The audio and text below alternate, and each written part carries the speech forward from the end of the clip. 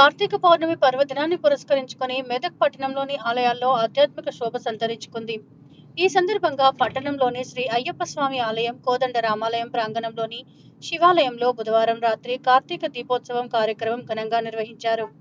ఈ కార్యక్రమంలో భాగంగా పట్టణానికి చెందిన మహిళలు ఆలయానికి విచ్చేసి ప్రత్యేక పూజలు నిర్వహించి ఆలయ ప్రాంగణంలో అత్యంత భక్తి శ్రద్ధలతో వివిధ ఆకృతులతో దీపాలను వెలిగించి మొక్కులు చెల్లించుకున్నారు. ఈ సందర్భంగా అయ్యప్ప స్వామి ఆలయ ప్రధాన అర్చకులు వైద్య రాజు శర్మ పంతులు మాట్లాడుతూ, ప్రతి ఏటా కార్తీక పౌర్ణమి సందర్భంగా కార్తీక దీపోత్సవాన్ని ఘనంగా నిర్వహించడం ఆనవాయితీగా వస్తుందన్నారు. శివుడికి అత్యంత ప్రీతిపాత్రమైన కార్తీక మాసంలో దీపాలు వెలిగించడం వల్ల భక్తులు కోరిన కోరికలు నెరవేరుతాయన్నారు. అనంతరం భక్తులకు తీర్థ ప్రసాదాలు అందజేశారు.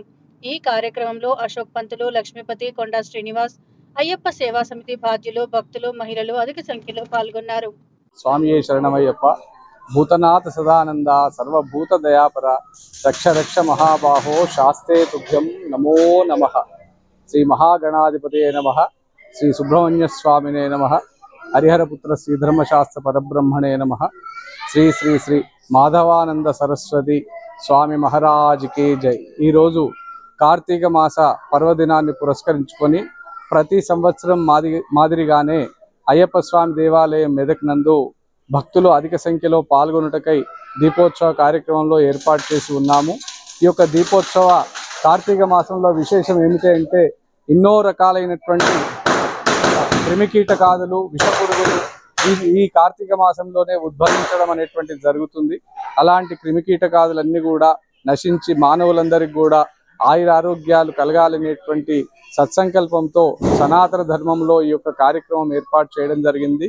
దీనికి ఆధారం ఏంటి అంటే, కీటాపతంగా మశకాశ్చ వృక్ష జలే స్థలే ఏ నివసంతి జీవాః దృష్ట్వా ప్రదీపం నచజన్మ భాగినః భవంతి త్వం స్వపచాహి విప్రాః. ఈ యొక్క శ్లోకం యొక్క అర్థం ఏంటి అంటే, ఆ యొక్క కీటకములు, తర్వాత రకరకాల ఉద్భవించినటువంటి ఆ యొక్క కీటకాలన్నీ కూడా నీళ్లలో తయారయ్యే కీటకాలు, తర్వాత ఈ వాతావరణంలో ఉద్భవించే కీటకాలన్నీ కూడా ఈ దీపాన్ని చూడగానే వచ్చి ఆ దీపంలో పడి ఉత్తమమైనటువంటి మానవ జన్మ ఎత్తడానికి వాటికి ఇది సాధనంగా ఉపయోగపడుతుంది. కనుక ఈ యొక్క దీపోత్సవం ఏర్పాటు చేయడం జరిగింది.